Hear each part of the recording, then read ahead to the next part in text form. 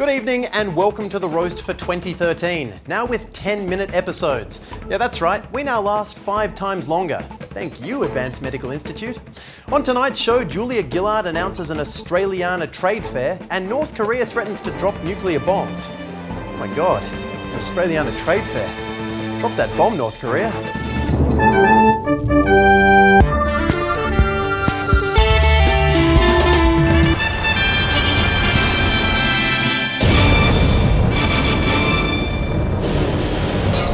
Prime Minister Julia Gillard has used her trip to China to announce a tourism, trade and investment show that will take place in the country next year. The announcement comes as part of the PM's 5-day visit to China, which President Xi Jinping says will take his country's relationship with Australia to a new level. Meaning, what? Does he want China to move in with us? Because I don't know if we have enough wardrobe space for 1 billion people. But the $1.75 million show is aimed at taking advantage of the expanding trade and financial markets in China and will be modelled on the G'day USA program. It'll be called G'day China. Yep, we're going with the G'day thing again and we've all got to do our part, so... Joining me now to explain what we can expect from the event is our True Blue reporter, Clark Richards. G'day, Clark. G'day, Tom. Oh, not loving the whole G'day thing. I guess I was just hoping we'd finally move past that whole Outback Jack, beer-drinking, g'day mate cliche. I guess not. And mate, you better get on board. If we're going to impress China, we're all going to have to g'day up our look. And that includes you, Clarko. Sure thing, Tom. Whoa! G'day, Tomo! Clarko, what's the trade fair going to be like? Mate, will they be rolling out the red carpet? Oh, they're communists, Tom. Carpet doesn't come in any other colours. And Richard Wilkins refuses to interview on anything else. But if it's anything like G'day USA, we can expect a host of Aussie celebrities, including Olivia Newton-John, Tanya Zayeda, and Australia's best new talent, Joel Madden. Oh, look, I love Olivia. But the neutron bomb doesn't even live in Australia. The last thing we want is for a busload of Chinese tourists hoping to spot her. They've got a better chance of finding a missing boyfriend. Now look, I've never been to a trade show before. I only go for the articles. Now Clarko, any chance Kevin Rudd might make an appearance? Oh, no way. He wouldn't say g'day anyway. It's all ni hao with that guy. But guests won't walk away empty-handed. There should be show bags containing tickets to Sydney Kings games, a tub of sweet chili Philly, and Sophie Monk's phone number. But it's not just Julia Gillard in China, because her partner Tim Matheson is also doing his bit by meeting with the president's wife to discuss men's health. So we've sent Dave Ferrier to cover the Prime Minister and David's +1 Mark Humphries to cover the first bloke Tim Matheson. Dave, token Australiana for the Chinese? Okay, now what's been the focus of Julia Gillard's current activities? Well, Tom, the Prime Minister has been in discussions with the Chinese President about implementing several military exercises between the two armies. They'll teach us how to do that flipping card thing to make a giant picture, and we'll teach them how to secretly film people having sex on Skype. Tim's also learnt a lot about Chinese military strategy. While Julia was in discussions, an officer taught Tim how to sit quietly and listen. Tim then asked them about the origin of Chinese burns.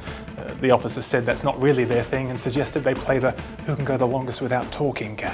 And of course the entire trip has been disrupted by China's ally, North Korea, who's currently threatening nuclear attacks. Has the Prime Minister taken any action on that front? Yes, Tom. Gillard has told China to tell North Korea that any aggression is a threat to the interests of every country in the region. But with the possibility of war, though, it's not really the best time to be playing Chinese whispers. And what does Tim think? Oh, well, Tim is involved in some serious negotiations himself. He's trying to get his continental breakfast upgraded to a full English. He's the Prime Minister's partner, for Christ's sake. Someone give him a chipolata. Right, and anything else on the agenda? The Prime Minister is having meetings with the Sultan of Brunei and enacting a deal to allow direct trading of Australian currency on Chinese foreign exchange markets. The first bloke hasn't been involved in currency meetings, but he did meet China's First Lady, Madam Peng, to discuss men's health. Hopefully she's the right small Asian lady to check his prostate. Oh yeah, fingers crossed. He hopes not. And speaking of fingers crossed, it's another day, another nuclear threat from North Korea. South Korea has deployed 2 warships equipped with missile tracking systems after reports North Korea had positioned a second medium-range missile on its east coast. Yeah, that's pretty much how North Korea launches its rockets these days. They just drive it up to your border and sort of roll it off the back of the truck. It's all part of the new military strategy devised by young dictator and featureless marshmallow Kim Jong-un, pictured here in a meeting with government officials. Now, experts say Kim's doing this for two reasons. Internally, to convince his people he's their heroic leader, and externally, to show the rest of the world he is a haircut to be reckoned with. Right up the middle, just like the 58th parallel. But if horse-drawn nukes aren't scary enough, old young guy here had to go and do this. In its latest blast of fiery rhetoric, Pyongyang has told foreign diplomatic missions to consider evacuating their employees. Oh my God, those poor embassy staffers, they must be terrified. But so far, embassy staff are staying put. They're so scared they can't move. And speaking of scared, we have our own Asian affairs correspondent, Jazz Twemlow, who's live from Britain's embassy in North Korea. Jazz, unscare yourself and get the hell out of there. Nah, nothing to worry about here, Tom. I'm on my third North Korea. But Kim Jong-un has warned he can only guarantee the safety of foreign officials like you until Wednesday. For big talk from a guy who conducts his military operations like they're an orchestra. But why make the deadline Wednesday? The working theory is that's when his missiles will pass their use-by date. We believe they're fueled by milk, Tom. So you're not at all worried about the potential fallout from a successful nuclear launch? Oh, please, Tom.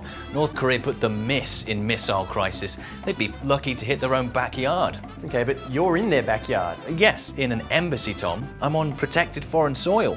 Yeah, but with North Korea putting embassies on alert, maybe Kim Jong-un's thinking hitting protected foreign soil is the next best thing to hitting actual foreign soil. How many embassies are there in Pyongyang? 24. So by Thursday, North Korea could technically have invaded the world in North Korea. Yeah, it seems like you should be more concerned about this. It's okay, Tom. The embassy prepared us for this. We all had to watch Argo. I've got my Canadian passport and my 70s wig.